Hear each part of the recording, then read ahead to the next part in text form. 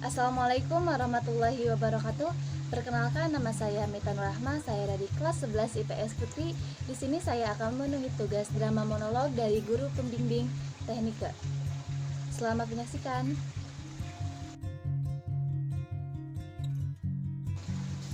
Kemerdekaan. Ketika kita merayakan kemerdekaan,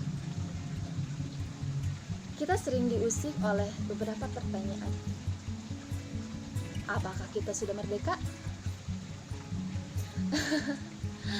Memang kita sudah merdeka. Tapi apakah sebagai warga negara kita sudah benar-benar merdeka? Itu tergantung siapa yang kamu tanya. Kalau yang ditanya anak SD, SMP, mereka pasti akan menjawab, iya, sudah merdeka.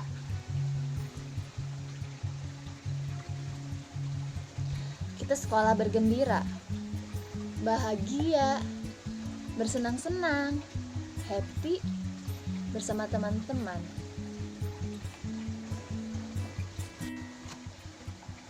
Tapi kemarin kemerdekaan mereka nyaris dirampas karena mereka akan dipaksa sekolah full day.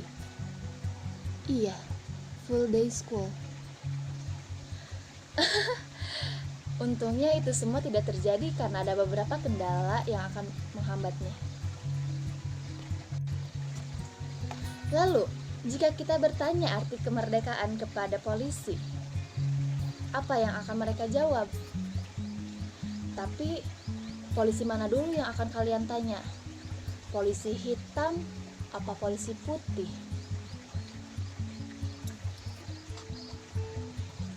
Jika kata si polisi putih, dia menjawab, kemerdekaan bagi saya adalah membaktikan diri bagi negara, menciptakan ketertiban umum dan dicintai oleh rakyat dan tidak pernah dimusuhi oleh rakyat.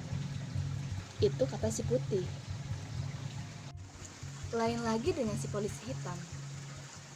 Dia menjawab, jika aku bisa menumpukan harta, celenganku semakin gendut sama seperti dengan yang asli. Dan aku aman sentosa membengkengi para bandar-bandar narkoba yang jaya sentosa. Itu kata si hitam. Kalau misalnya kita sebagai seorang yang sederhana, sebagai seorang pejalan kaki, lalu ditanya arti kemerdekaan, jawabannya sederhana saja, yaitu bagaimana saya bisa berlenggang di jalan tanpa ancaman dari seorang sepeda motor, pengendara-pengendara lainnya. Yang ganas, yang ingin menerkam, menyeruput hak-hak para pejalan kaki. Jika kita bertanya kepada seorang aktivis dan para pejuang HAM, jawabannya mungkin akan berbeda dari jawaban sebelumnya. Mungkin di mata para aktivis, kemerdekaan adalah ketika daya kritis mereka dalam mengoreksi beberapa aneka kebijakan untuk menjadi inspirasi dan pintu pembuka bagi para pemimpin untuk meneliti, mencermati adanya kejahatan-kejahatan yang tersembunyi di dalam negeri ini. Jadi, makna kemerdekaan itu bermacam-macam. Bagi mereka yang disebut sebagai warga negara merdeka adalah ketika mereka bebas untuk memilih nasibnya sendiri.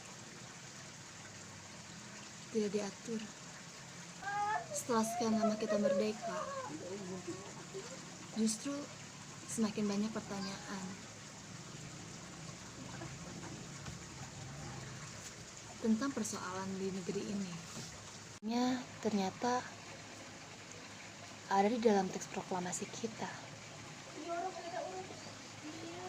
Agustus tahun 1945, Soekarno-Hatta. Ada yang perlu digarisbawahi. Pemindahan kekuasaan disebutkan dengan jelas di situ. Makanya nggak perlu heran kalau selama ini para elit politik masih sibuk ngomong pemindahan kekuasaan.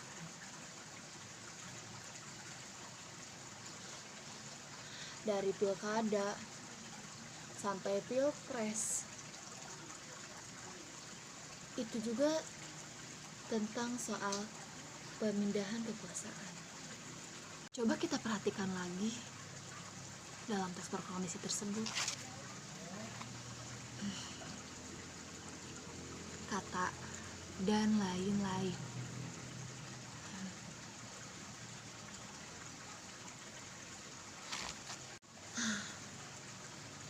Menurut kalian, apa yang dimaksud dengan lain-lain itu? Apa? Semua orang mempunyai tafsiran dengan kata lain-lain, dengan tafsiran yang berbeda-beda. Tentu berbeda-beda. Jangan-jangan kata dan lain-lain itu sengaja diberikan para pejuang untuk pekerjaan rumah kita sebagai bangsa negara ini. Kita memikirkan apa itu kata dan lain-lain itu.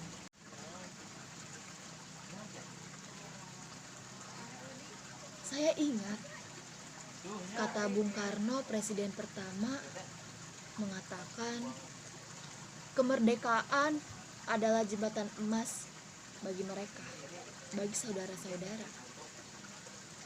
Jadi ini bukan soal pergantian kekuasaan.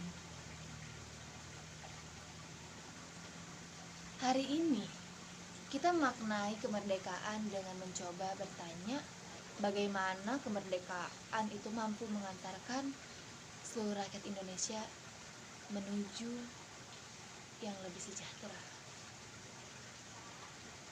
Lebih sejahtera.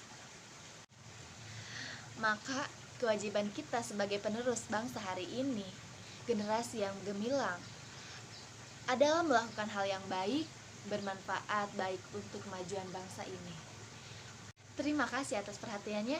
Wassalamualaikum warahmatullahi wabarakatuh.